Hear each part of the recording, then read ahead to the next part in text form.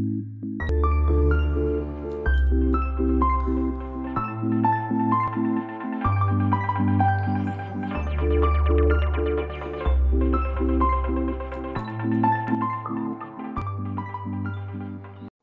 à tous, je vais faire des tableaux en rouge. Alors j'ai préparé 4 rouges. Donc ici j'ai préparé un rouge métallique tout simple. Ici un rouge tout simple de cette marque. Puis un rouge de chez Févicryl, le Naphtholène Carmine. Et puis j'ai fait le rouge bordeaux. J'ai fait une vidéo à ce sujet sur le rouge bordeaux avec ce rouge de chez Action, plus du bleu et du noir. Puis je vais rajouter de la couleur cuivre de chez PBO Studio et de la tertienne brûlée de chez PBO Studio aussi. Après je vais mettre du jaune pour l'effet lumière et du blanc de chez Févicryl. Le jaune, c'est le cadmium Yellow Deep. Je prépare en premier mon rouge métallique avec le flétrol. Donc j'en avais déjà préparé pour un tableau. Je mets moitié flétrol, moitié peinture.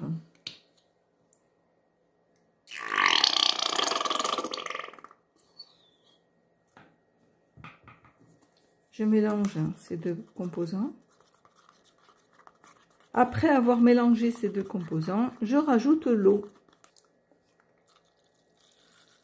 Beaucoup d'eau au début, puis de plus en plus doucement pour obtenir la peinture fluide idéale. C'est encore épais.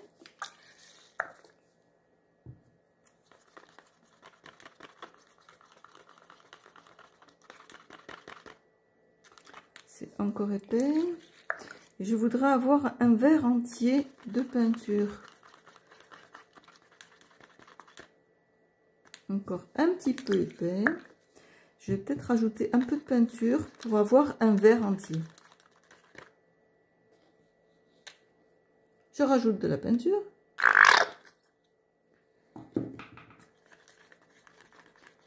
Et donc si j'ai rajouté de la peinture, c'est plus épais et je vais rajouter de l'eau.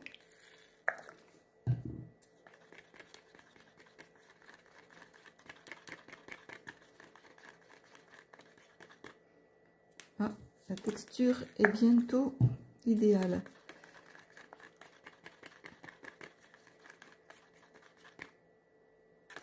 C'est pas mal, encore un petit peu d'eau.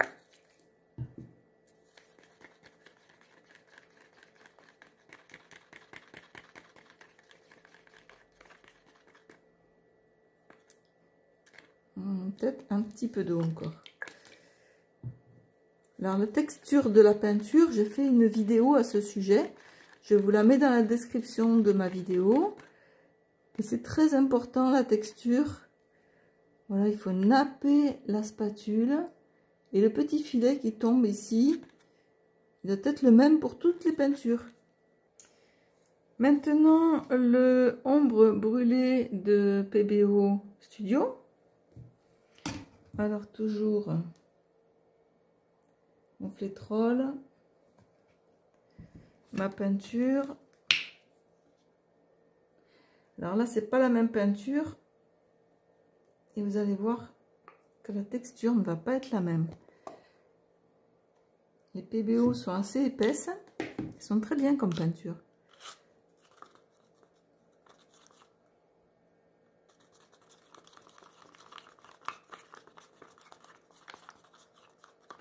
On voit tout de suite que ça fait une crème. Donc là, on peut y aller sur l'eau à mettre.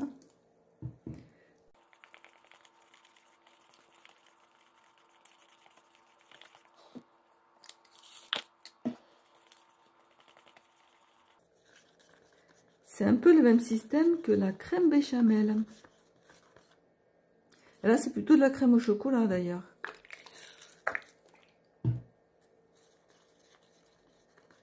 C'est de la danette au chocolat.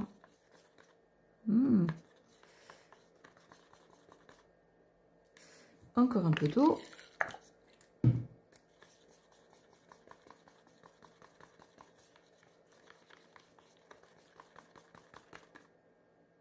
Ah, ça devient intéressant.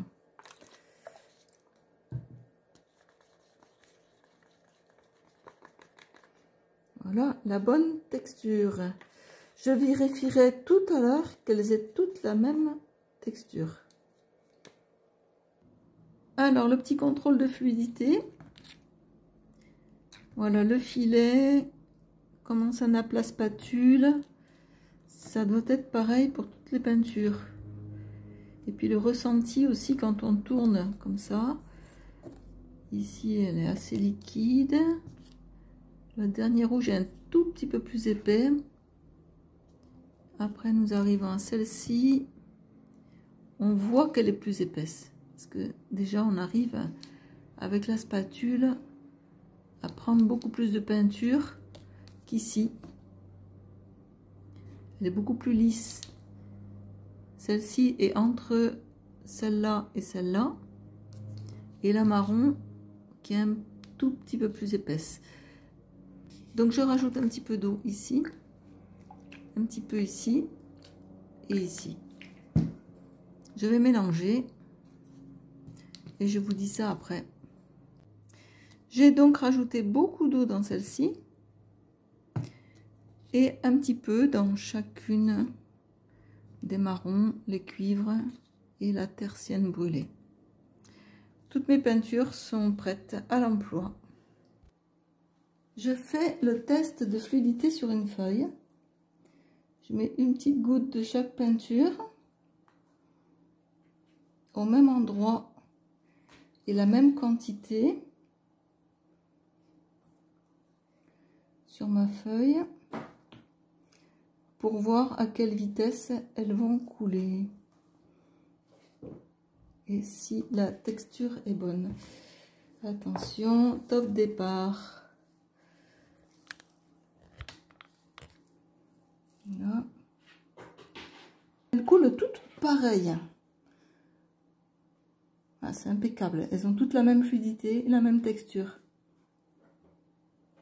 Pour la quantité des peintures, donc là j'ai 100 ml, 100 ml, 100, 100, 100 et ici 100 ml avec les deux, plus le noir. Ça me fait donc à peu près 700 ml de peinture. Pour ma toile que j'ai choisie qui fait 50 sur 70.